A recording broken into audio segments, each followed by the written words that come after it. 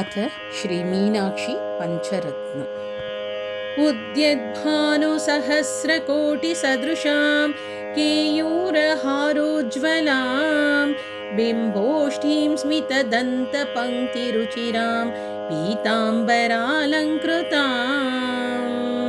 विष्णुब्रह्मसुरेन्द्रसेवितपदां तत्त्वस्वरूपां शिवां मीनाक्षीं प्रणतोऽस्मि सन्ततमहं कारुण्यवारां निधिम्।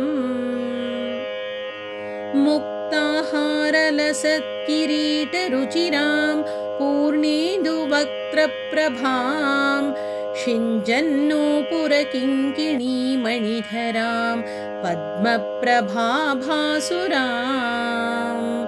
सर्वाभीष्टफलप्रदां गिरिसुतां वाणीरमासेवितां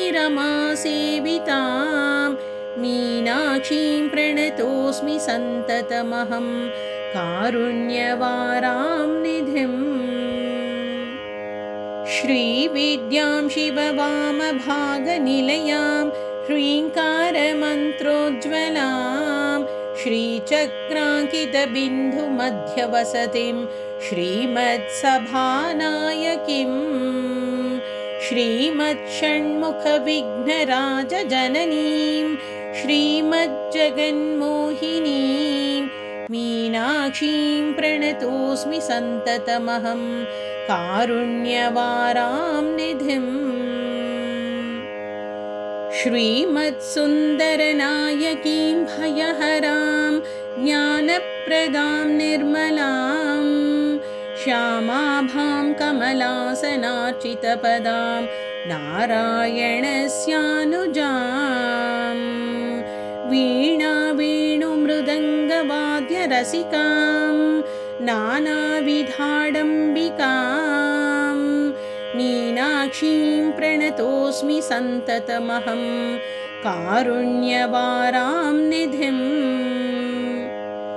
नानायोगिमुनीन्द्रहृन्निवसतीं नानार्थसिद्धिप्रदां नानापुष्पविराजिताङ्घ्रियुगलां नारायणेनार्चितां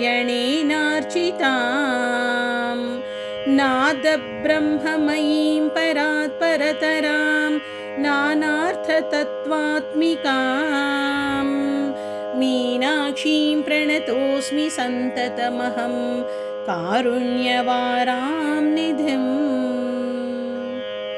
इति श्रीमत्परमहंसपरिव्राजकाचार्यस्य श्रीगोविन्दभगवत्पूज्यपादशिष्यस्य श्रीमच्छङ्करभगवतः कृतौ श्रीमीनाक्षिपञ्चरत्नं सम्पूर्णम्।